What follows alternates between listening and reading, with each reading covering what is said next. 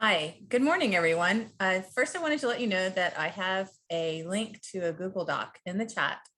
And if you want to open up that, it's just really a list of all of the links that I have in the presentation, if you want to kind of check those out a little further.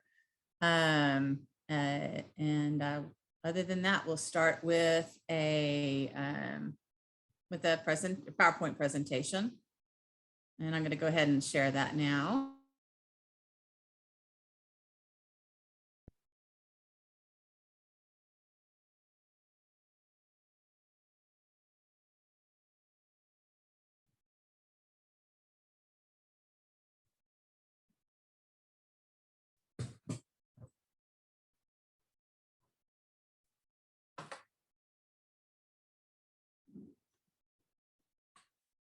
All right. Okay, everyone can hear me okay? I'll just assume that's a yes.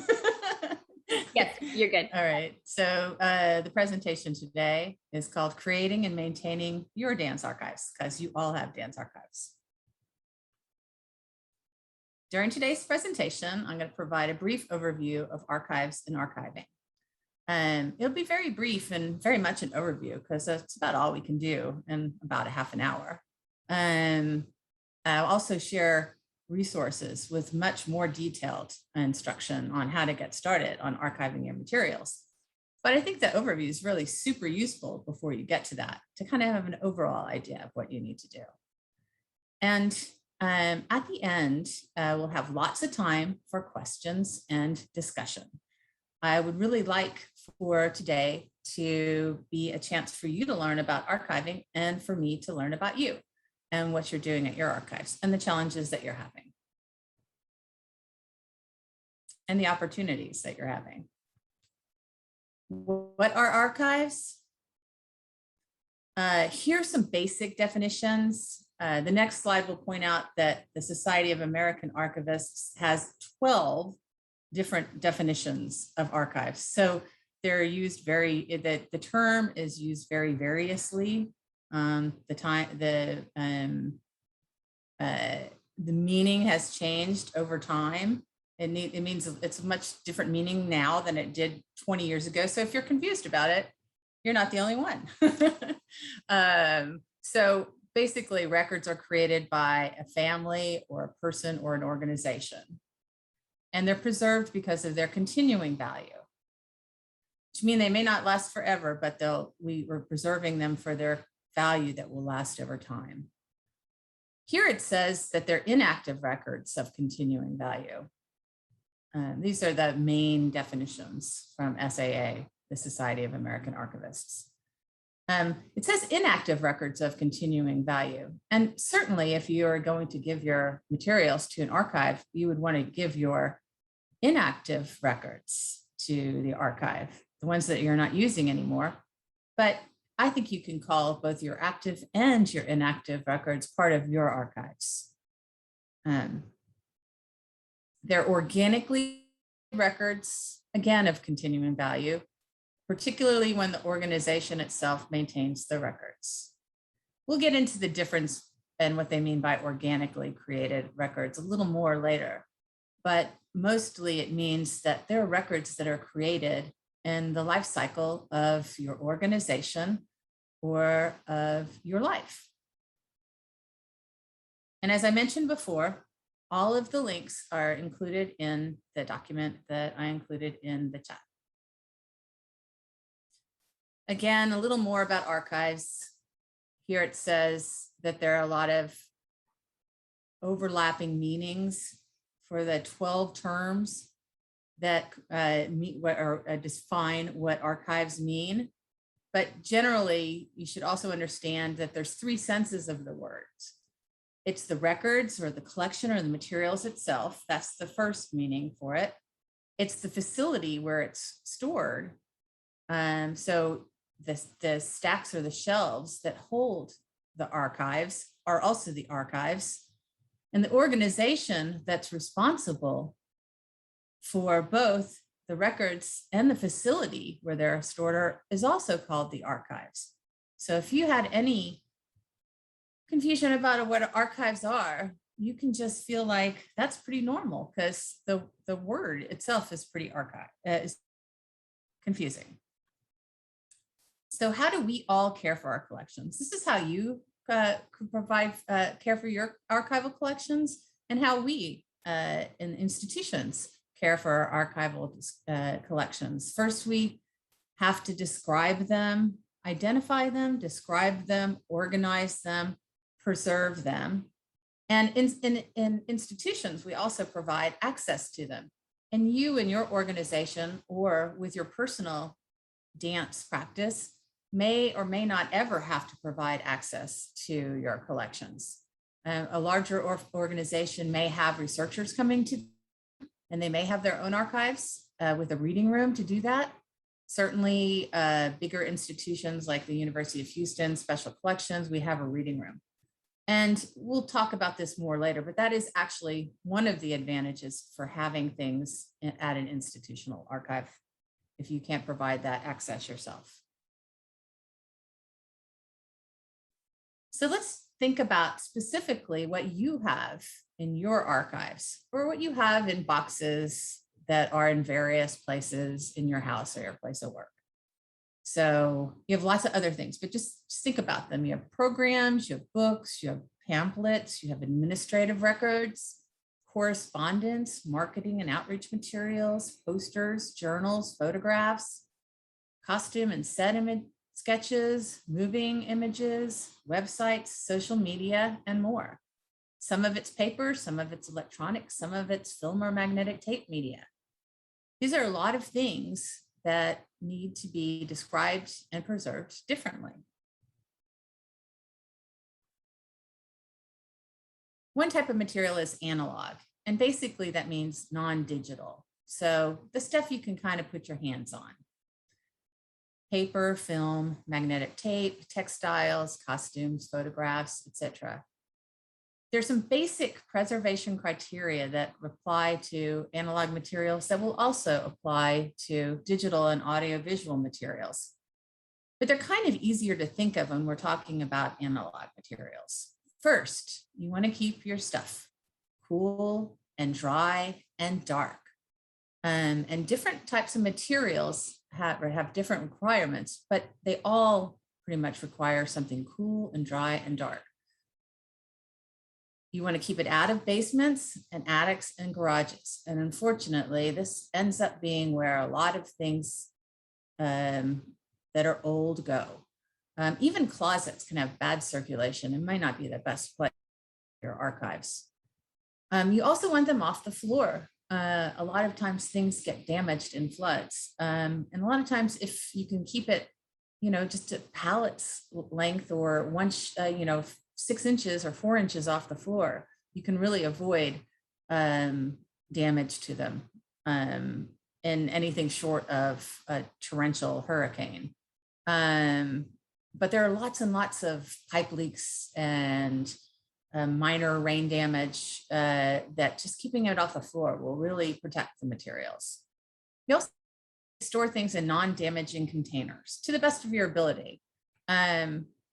So there are boxes that are better. They're called archival boxes. They are made of non-acidic cardboard or plastics that don't outgas with dangerous with gases that are damaging to the materials. I'll give you this one caveat here, because lots of people put their very valuable materials in plastic tubs with lids. And these ordinary plastic tubs with lids are actually very damaging to the materials. The lids actually form this like really tight seal on these materials inside, and the environment within there becomes very damaging to the materials inside, particularly if it's hot or not of good conditions, environmental conditions for it.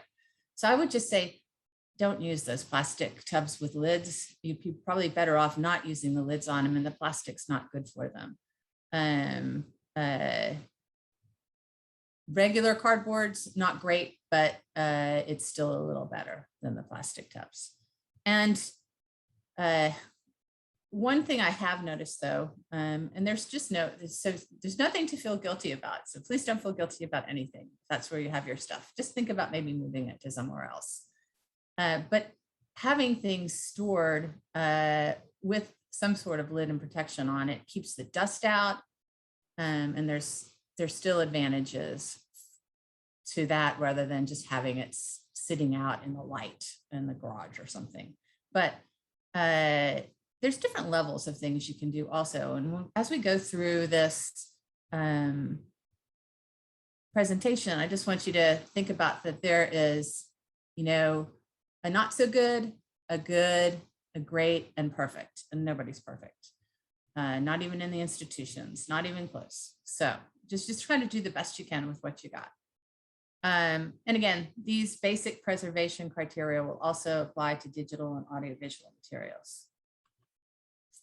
Audiovisual materials, or sometimes called moving images, it includes film, and there's different types of film too. There's some films that don't have an audio portion to it, and some have the audio included different ways on the film. But there's different types of film as well, for sure.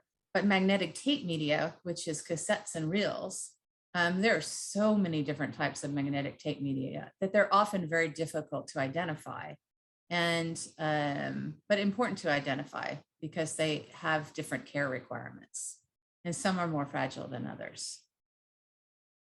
Also, another thing too, a lot of those materials are proprietary, meaning that the companies who created the cassettes or the reels used different chemicals and processes. So sometimes it's a little hard to tell how to preserve them, and some of them last a lot longer than other ones.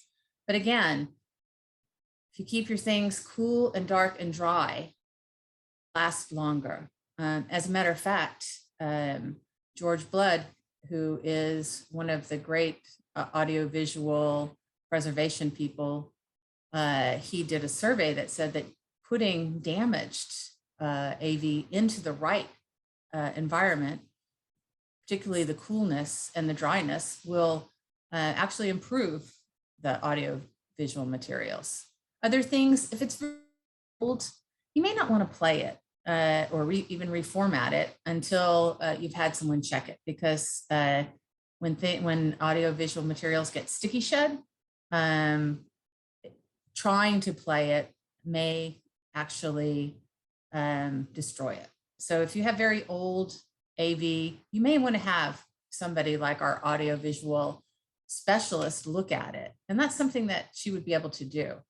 And we could arrange that to see if it's in good enough shape to reformatting.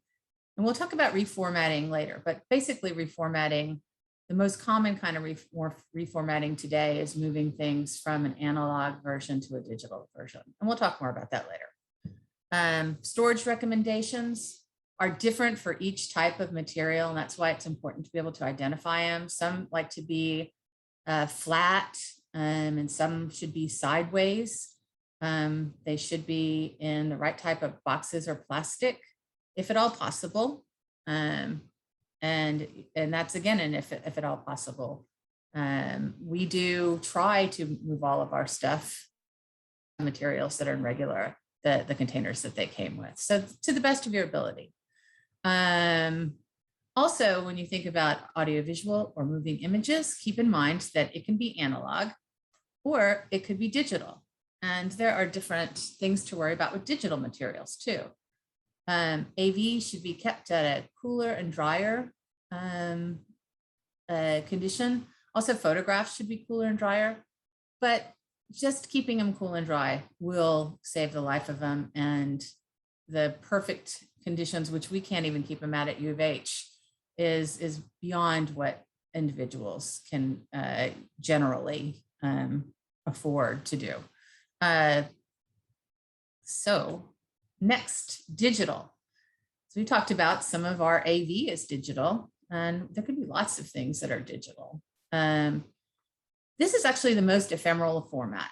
People think that digitization by itself is preservation. And yes, it does help preserve a digital a AV item that is deteriorating, because AV items deteriorate very fast. Between 5 and 30 years, sometimes a little longer. You just don't ever really know. It depends on the company that made it and the proprietary formula they used, and as well as the conditions they were in and the brand. So it is the most ephemeral format. It's really super easy to lose files, and it's hard to find them. It's easy to just erase them. And it's really difficult or impossible to repair them. And when they get damaged, it's called bit rot. So what do you want to do? There's this system called locks, but that's a very formal system, but the term has been used for people to remember that lots of copies keep stuff safe. So having copies of everything that you have digitally, 1 or 2 full-size copies. Either 2 or 3 copies is what you should have. For individuals, I think recommending 2 is the most doable. For institutions, we try to have 3. They should be in different places. In institutions, we actually have them geographically distributed, where they may be in another state in case there's a disaster here. But for yourself, think about having it on a type of media, like a hard drive or a flash drive or a CD or a DVD or a thumb drive, and also in the cloud or on another type of medium, would be your computer. It could be a drive too that it could be kept on. One thing in the cloud, be careful with permissions, because people can accidentally delete your files. So if you are sharing a file with someone, share a copy with them. I forget to do that sometimes too. There's a lot to think about, but you do also want to check and replace hard drives and files. This is probably a little bit more than we'll be able to get into today, but hard drives actually need to be turned on every once in a while. They're a moving part device. So turn on your hard drives every once in a while and check it, make sure it's still working. If it starts to make any noises or you're having issues with it, replace it. They say generally you should replace your hard drive every 5 to 7 years. Also your files, go into your files and open them up every once in a while. If you can't open up a file, then go to your other copy, make a copy and replace it. These are things that are kind of hard to do. They're only working on automated methods to do this for larger collections now. But this is something that you can do once or twice a year. Just poke around and do some sampling. If you can't open all of them, just to make sure that you can open them. And if you have an extra copy, if one's not opening, then replace it. Other things that are really super important, which we could have a whole day talking about this, is file organization with folder and directories and how you organize materials. You want to come up with a system and sort of stick to it. And also file naming. You want to come up with a system that, again, you can stick to it, where, you may have the program that you are doing. The programs for it may have one type. It might say the program's name, what type of material, whether it was a flyer or a poster, whether it was marketing for it, and then some sort of numerical system or date system on it. But find something that makes sense to you, so that the files sort in a way that makes sense to you, so that if something is outside of its folder, that you'll know which folder it goes back into. And again, this could be a whole day on that, but those are things to think about. So you're going to digitize yourself because you know that it's really important to digitize your materials. There are a couple of reasons why you might want to digitize, and one is for preservation and one is for access. Is your resolution high enough? If it's for preservation, it needs to be pretty high. It may be higher than the scanner you have in your home. The scanner that I have in my home does not provide high enough resolution for preservation. There are standards for that, but let's say the lowest you would ever want to scan something because you want a digital copy of it to keep and preserve would be 300 PPIs, or some people who will use the term DPI. But for access, you probably will use a smaller compressed formula, format. So keep 2 preservation copies, which will be a larger format, an uncompressed format like TIFF. Keep a smaller format for access, which would be like JPEG. For audio, your preservation will likely be a WAV or an AVI. For access, you'll use an MP3 or an MP4 for audio or visual. So you're thinking, I've got copies of stuff on the web. And on the web is a little different than on the cloud. Let's say you're thinking, well, I've got a second copy on YouTube. Well, think about that, because even if it's only one of your copies, there's some automatic compression that goes with YouTube and other formats of social media. So that just might not really count as a preservation copy. And the other thing is you have to preserve the digital copies. You do need to make 2 copies and preserve those as well. So all of this stuff kind of starts to refer to each other, because AV can be digital or analog, photographs can be analog or digital, correspondence can be analog or digital. So, but even for the media, you want to make sure that they're kept in a cool, dry place and not in the light, and they'll last longer too. But always keep in mind that CDs and thumb drives and hard drives fail, and that the copy in the cloud can get lost. And it's also, you have to, depending on another company to keep it safe for you. So websites and social media. A lot of you guys have websites and social media. You use that for your outreach. And a lot of times you might even use that to share your archival materials and do with the community to share as another form of outreach. But why capture that? Because stuff disappears from the web. They call that link rot. But you know, it's here today and it's gone tomorrow. There are several types of ways that you can capture websites and social media. And one of them is called Archivist, and it's considered the library and museum and archive standard. It is pretty expensive though. And it's usually too expensive for small institutions, but they're really starting to come up with lower cost options for small institutions. So if you have a complicated website, you may want to look into Archivist. But for most smaller organizations, or for your private practice, or your for your private collections, there's something called Conifer that used to be called Web Recorder, and it is super easy to use.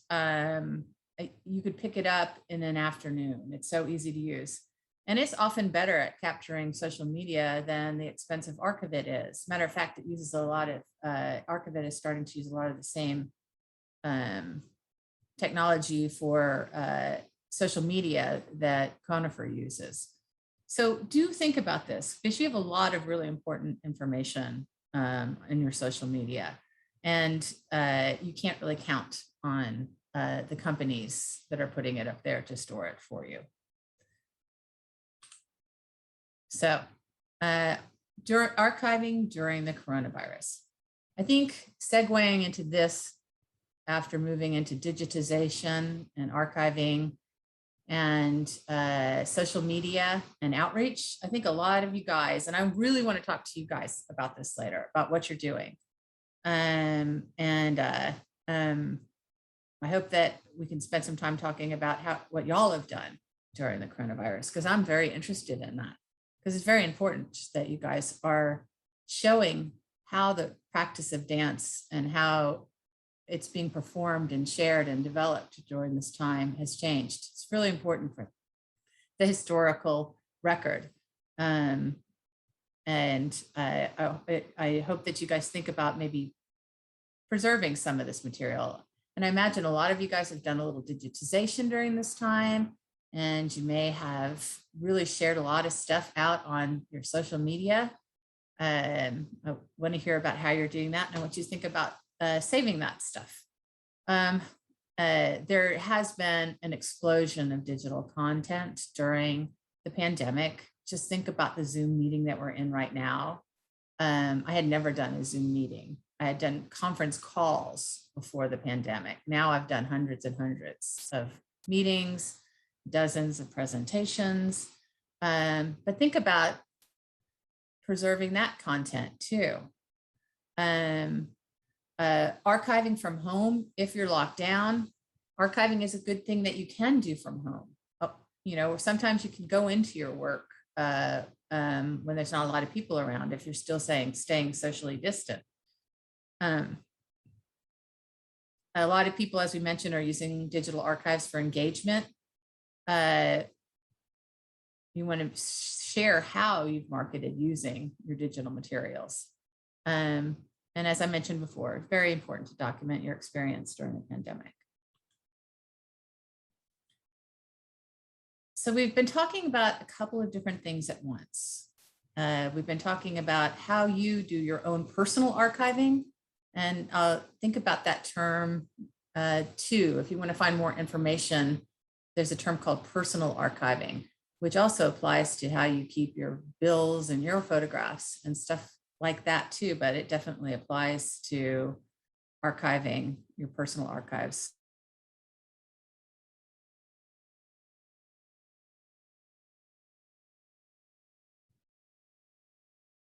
Okay, so back where we were, why you would want to save something with an archives. It's because you need more space and you're moving. You also want to provide greater access to researchers. Let's say you have researchers coming to you and they want to study the materials in your collection, but you don't have a reading room and you really don't have time or the facilities to help these researchers. That might be a really good reason for your stuff to come to the archives. Also, when one group's records become a part of a larger collection, a more comprehensive story of dance, the dance scene, dance is a practice, is able to develop. And it really is such a benefit for researchers and people trying to tell that story and research it. The cons of you providing things to an archives is you do not have immediate access to the archives. That said, the archivists can help you. You can come to the archives and we can also make copies for you. We're very receptive to donors or depositors who need use of the materials. Hey, Mary. Yes. We actually can't see the slides right now. Yeah. We're still seeing your like the file screen. Mm-hmm. Okay, that's weird because I can see. What I have found is that you need to unshare and reshare. Okay. That particular thing. Okay.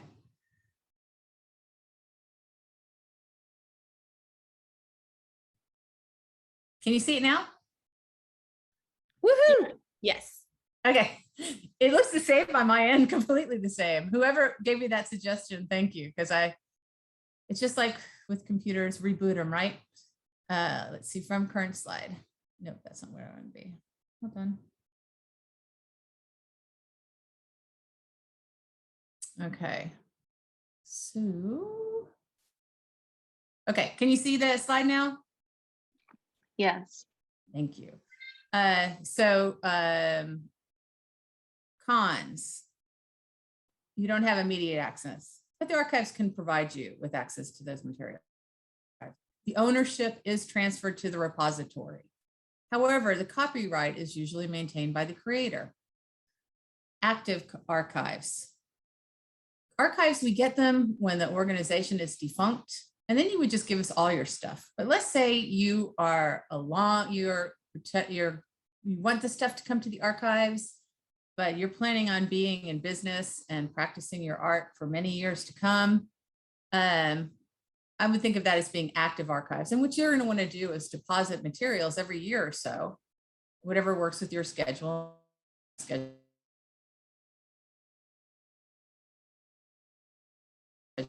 you want to keep the things that you'll need anytime soon or within the next few years. There's also a model called post-custodial archives where the records creator actually keep their materials, but the archivists can provide some oversight and consultation and management of the records. Also, sometimes they'll help organizations with digitization and digital archiving or digital library or digital exhibit activities too. So that is actually a model that's kind of becoming more popular now, but it's still a tiny sliver of how it's usually done. So I'd like to talk about UH dance collections. I saw Karen Stokes' name there, so I know she's here now. I've been very, very happy to work with Karen Stokes to start Houston Dance Archives at the U of H Special Collections. It has not formally begun yet. We would like to launch it soon once we have a few more collections. The collections that we have right now are Delia Stewart, Met Dance, Fly. We have Tatiana Semenova. We would like to get in some more collections that show the diversity of dance in Houston. And then we will be launching a portal page and making a formal announcement. Some people who were here, I think before we got started, we talked a little bit about how the coronavirus really put a damper in that. Karen is the director of the U of H dance program, and she had a whole program to run to get herself and all of her students and the instructors online and learning online. But we're at a point right now where we're going to be really launching into adding a couple of more key diverse collections and launching the portal and starting to collect in earnest. One of the collections that we've already started, but we'll be making more of a call out for will be program collections. So I hope that you guys will think about that right now.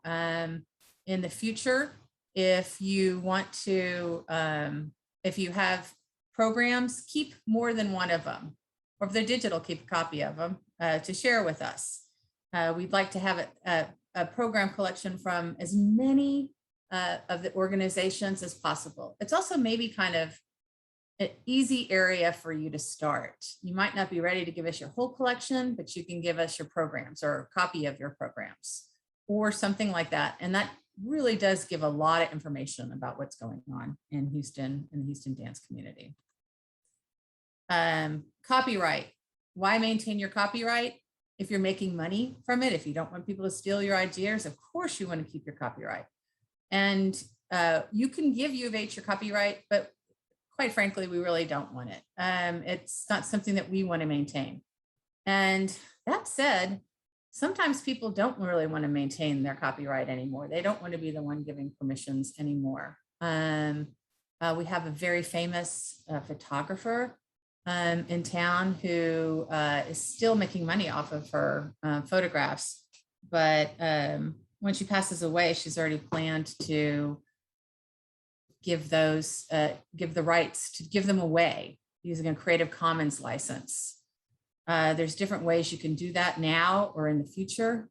And why you might want to do that is because copyright has a very long tail, sometimes 125 years. And that means that people can't use your materials if they can't find you or your executors of your estates. And a lot of things end up in archives that can't be used. So you may want to just think about maybe in 10 years or after you pass away, if nobody in your family really wants to deal with the copyright on those records, or if they won't be able to be found, you may want to give that up to the world so that they can reuse it. You can say, I want to be attributed. You can say only for non-commercial uses, but that's also too much for today. And there's a link for that. And if you came in late, look in the chat at the top. There's a resource for that. These are resources. They're on that resource sheet that I shared with you.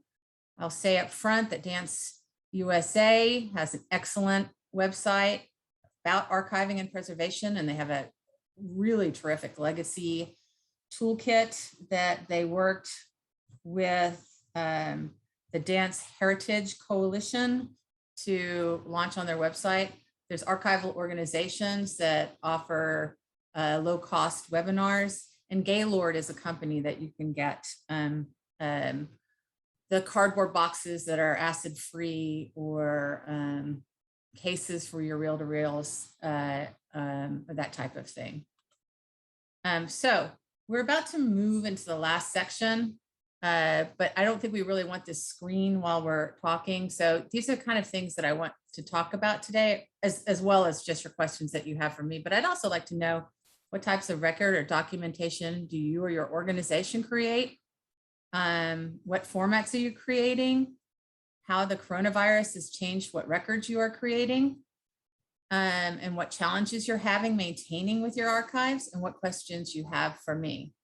I'm going to move to the last slide, but I would propose that we talk a little bit about how the coronavirus changed the records that you're creating, since we don't have quite as much time left as I was hoping we would have. And what challenges you're having with maintaining your archives, and what questions you have for me. Again, thanks for listening, and thank you in advance for sharing. And here's my information. And again, it's on the resource sheet that's in the chat.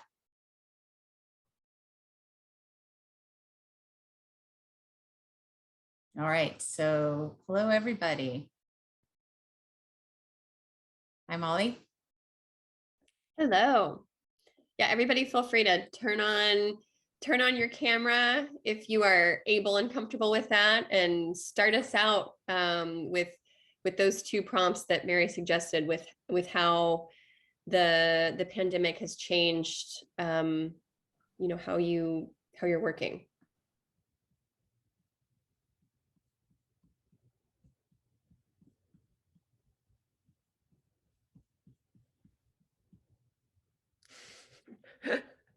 I know that all of y'all can answer this question. Hello, I'm Stacey Allen. I'm a dance artist, a choreographer, and dance educator. The pandemic, actually, as far as archiving dance work, I did for a moment consider doing more like dance videos. Like, I know a lot of dancers pivoted to making a lot of content that could be streamed online.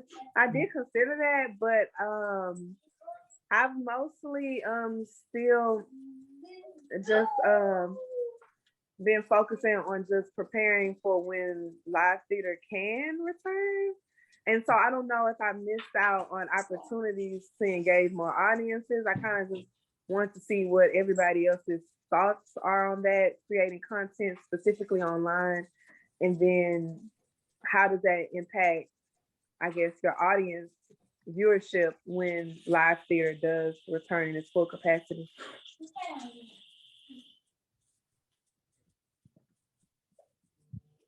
Stacey, those are some good questions.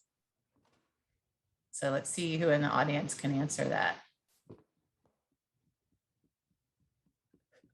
It's an unknown, I think. It's a really good question. At least from my end, the question of engaging audience post-COVID is excellent. I'll jump in. So one of the major shifts that happened for my company, and just so folks know, I'm an Atlanta-based artist who learned about this through our new, relatively new dance service organization called Dance ATL. And for my company, Beacon Dance, the major shift was that we actually pivoted more towards online classes that were geared to the non-dancer, to senior citizens who were trapped at home and were no longer had access to regular exercise or social things. And so for us, COVID shifted us from being focused on the performing art to the more to the I don't know, healing, transforming in through a workshopping type of thing. And so all of the videos that we did, we streamed as YouTube live videos, and they, of course, become an archive on our YouTube channel. And so, it is much more of that social media type of thing that we found ourselves in.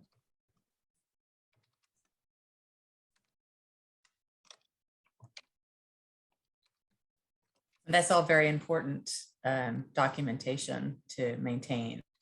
It's going to be important to dance historians in the future to understand how organizations were functioning and how they were functioning different during this time. How about everybody else? What have you guys been doing? And what do you plan on doing? Erica Gianfrido, I hope I'm pronouncing her last name even close to right, and I apologize if I butchered it, said that they have a thought.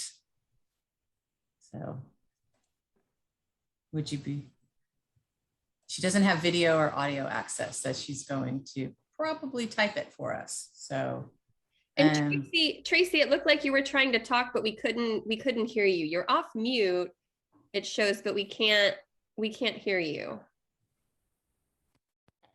Now. Yeah, there we go. You now. Okay.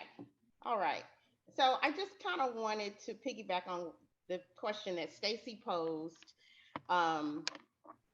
which is something that I have been doing even prior to COVID, and sharing content regarding, I perform and teach traditional African dance.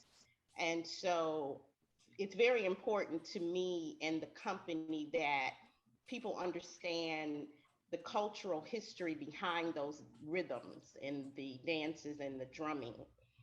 So I share content from the continent regarding those rhythms.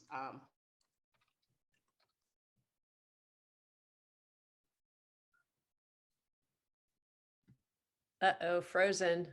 Dance in general, showing videos of people dancing, celebrating, whether it's exercise, whether it's performance, whether it's just families getting together, to get across the meaning that dance is healing in various ways. It's not just for people who are artists or performers or choreographers. Dance is for everybody, and everybody can enjoy it, whether you physically engage in it or whether you watch it or whether you're involved in creating it in some kind of way. And I think any dance genre can take advantage of that. Thank you. I love that, Tracy. And I think one of the things that you might want, even if you're sharing things that aren't your own creative content, might be other types of dance and cultural information, kind of having some sort of documentation of what you shared and when you shared it is, I think, super useful to people to understand your practice and what you were doing during the pandemic. Oh, Erica's back. thank you, Molly. You're welcome. We're having all the technology issues today. I don't know what's happening. It's a whole damn thing. Yeah. I've sort of lost the thread of what I was responding to, but I just wanted to share a little bit about an ongoing project that I have that has become even more relevant during the pandemic. And it's been centered on emergent technologies like live streaming video and social media platforms. So the pandemic was sort of a moment where under incredibly unfortunate circumstances, everyone was sort of like living our creative research for a minute and like discovering these platforms and streaming and new ways of connecting with audiences and ways of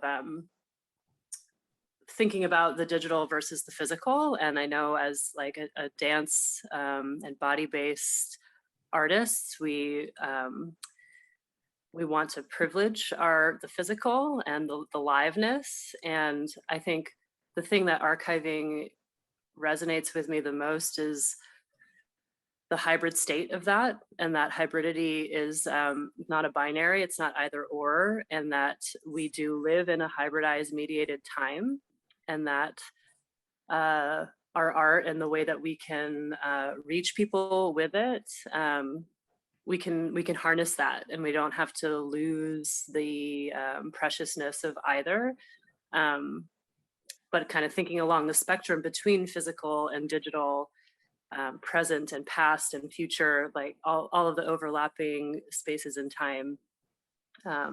So yeah, that hybridity has been something that has been really useful, and it was a useful framework at the start of the pandemic to not think about the loss, but look at what is already present. We're already doing it, obviously, like here in this platform, and we were doing things like this before we all had to do everything on Zoom. So yeah, just kind of offering that perspective that it's not just a binary between physical and digital, but there's a way that we can be more expansive in both when we embrace that. Does anyone want to jump off of that and about how they experience hybridity in their work right now too? I think it's kind of interesting because there's a corollary in between hybridity and archives too, and how we're dealing with digital and analog. I think it's just really just the way of the world right now. But does anyone want to sort of jump off of what Erica had to say there?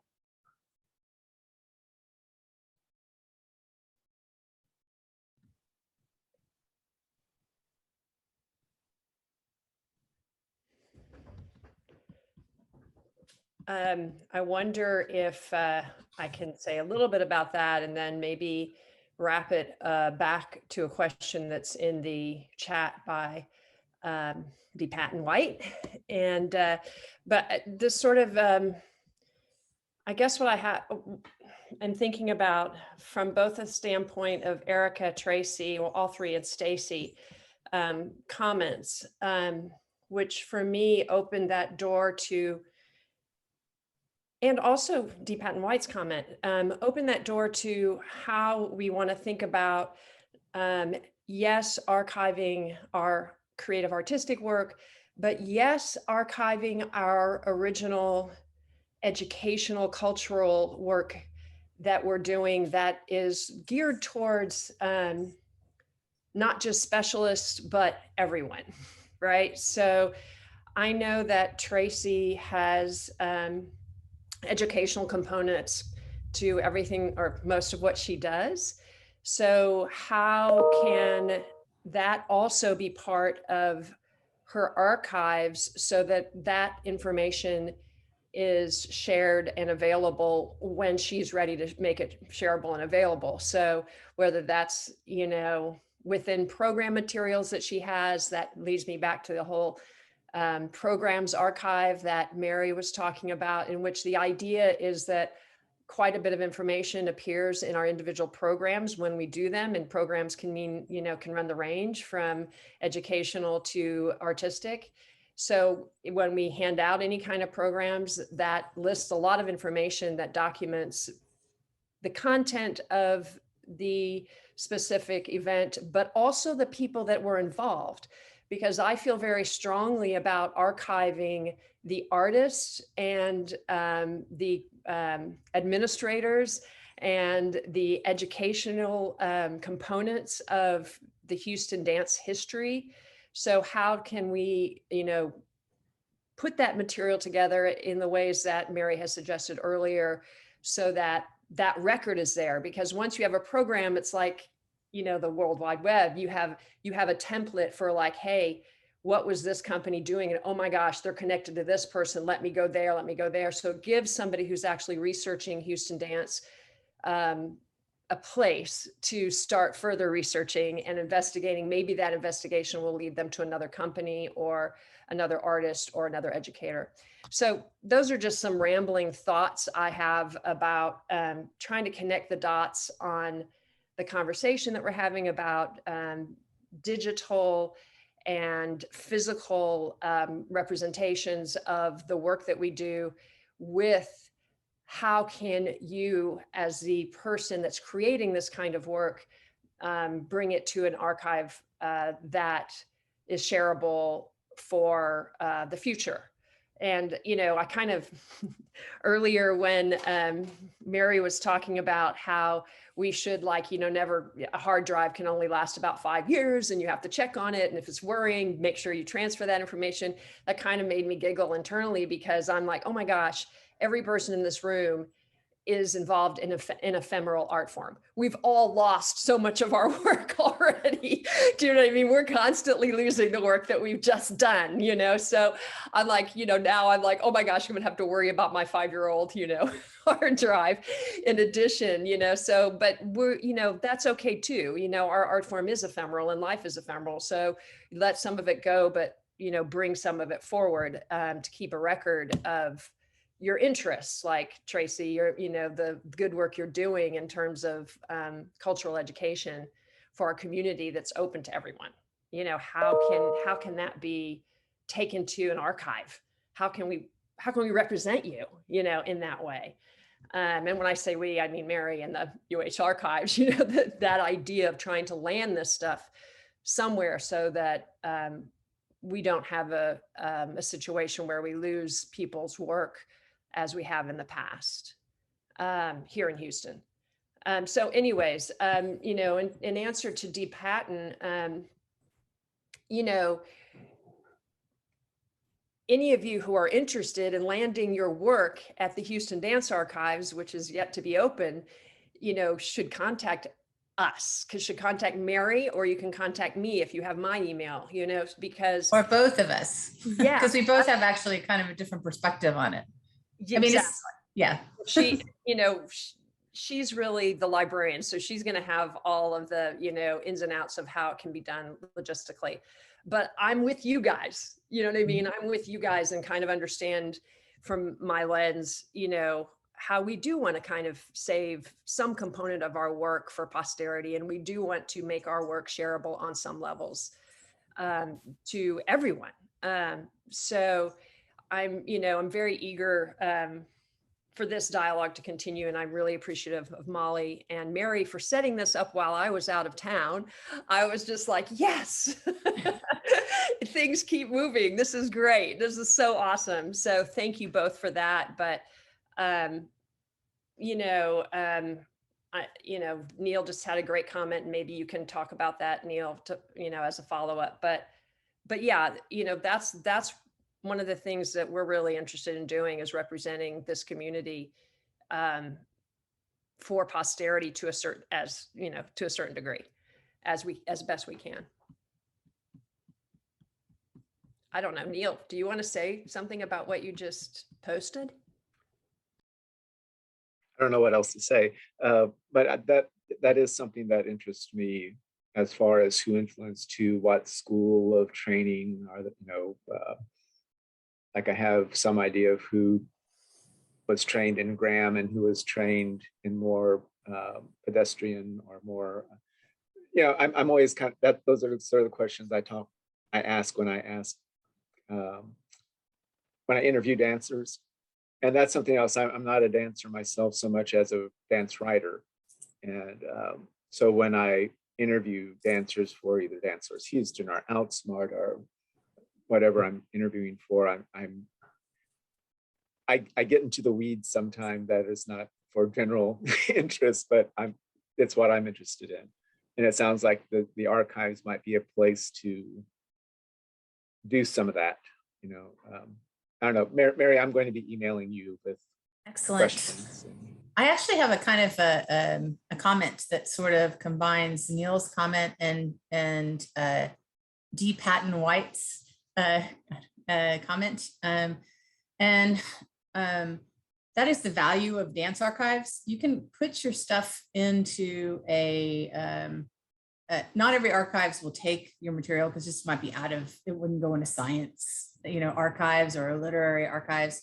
But a lot of universities have kind of general collections, and they may have a performing arts collection. But I think really the real value in putting your materials into there's value for our dance collections being at U of H right now. They're being preserved, they're being made available. But what you get out of a dance archive, and you can go to Dance USA, and I recommend everyone go to there because they have a really great website for how to do archiving. And I can help you out if you have any questions on that too. But they also have a list of the different dance repositories in the United States, and there's not a whole lot of them. But the benefit is kind of bounces off what Karen was saying and what I was saying earlier about when you put these collections together, they talk to each other. They have more value to the researcher in their combination than sitting by themselves. You can reference, oh, there's this person here. Oh, they also dance for this company over here. You can find their records over there. And that's the value of starting out with that programs is it's a very kind of quick way to off the ground for people to make a non-huge commitment as far as a donation. But you're able to get those links right away. What administrators have worked in different places, what directors have been in different places, which dancers have, who's performed this work over time. Very quickly you can can't really get to that if everyone's collections are all spread apart. There's a lot of value in bringing collections together. And I think that that's what Karen wants to do is these collections together to tell a bigger story than each collection tells on its own. And and you can I think I do actually remember, recommend y'all talking to either one of us. Quite frankly, this was Karen's idea. She came to UH Archives and she initially had some research that she wanted to see if she could put in the archives. And we do have a performing and visual arts collection and it would fit in there. But then she went bigger than that. She said, how do we do a Houston archives? And I think that's the big value of it. So when you're shopping for archives, you do want to look for an archive that you're a good fit with. Sometimes archives won't want your stuff and that's okay because they may not be the right place for it, but usually they'll do a good job of telling you where it could go. Can things be placed in multiple archives? Like, I know you guys mentioned that you wanted to capture more diversity in dance in Houston. So if there was like an institution that focused on maybe like the Black community and then the archive that focuses on dance, could it be housed in more than one location? Yeah, it can be. There's value to keeping the collection together, and there's also value to having it in the correct repository. And especially if the repositories can like point to each other, which they should do. They should say, we have this part of Stacey Allen's collection, but we do not have that part of Stacey Allen's collection. So-and-so has it.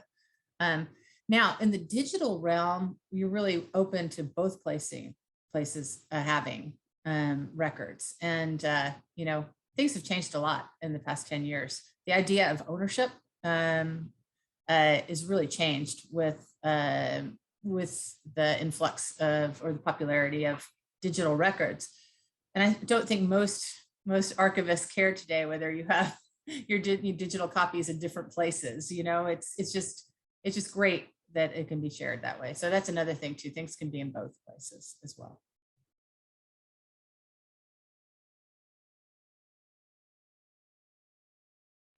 I love your comment, Mary, about pointing in a direction because,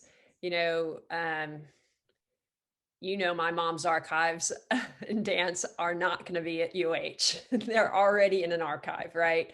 But what UH can do is point to where her archives are.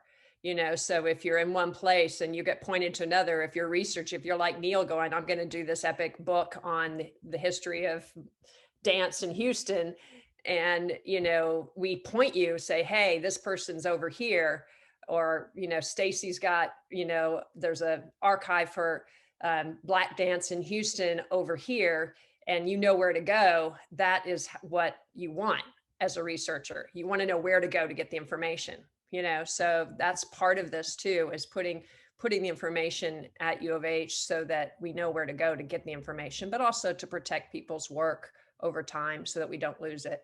Because many of you know that we lost a giant archive to Harvey when Harvey went through from the JCC. So it was basically a giant archive from the past 40 years of artists who have performed in that their dance month for over 40 years. And that archive, unfortunately, was lost in Harvey. We don't want that to happen with individual archives or with collective archives. So that's another thought why there is a little bit of urgency to move this forward, is to kind of provide that space for all of you. And that's the other thing too. We're here to help. Like, if you're not ready to give your stuff to UVH, if you just want to consult with us. Oh, and I forgot to mention this, but one of the services of Dance USA, if your organization's a member of it or you're a member of it, is an hour worth of free consultation for archiving. And it's $40 an hour, if not. But that's an entire hour. And they must have like a program. They can do a better job than me. They're dance people. And they've already set up a way to do as much as they can in an hour. And that's just, it's not part of our programming. So I would definitely take advantage of that if you could. And then you can also call me too, in addition to that. And I'd be happy to answer any questions that you have. But bouncing off what Karen said, if you can do anything at all, that is to sort of do the minimal amount of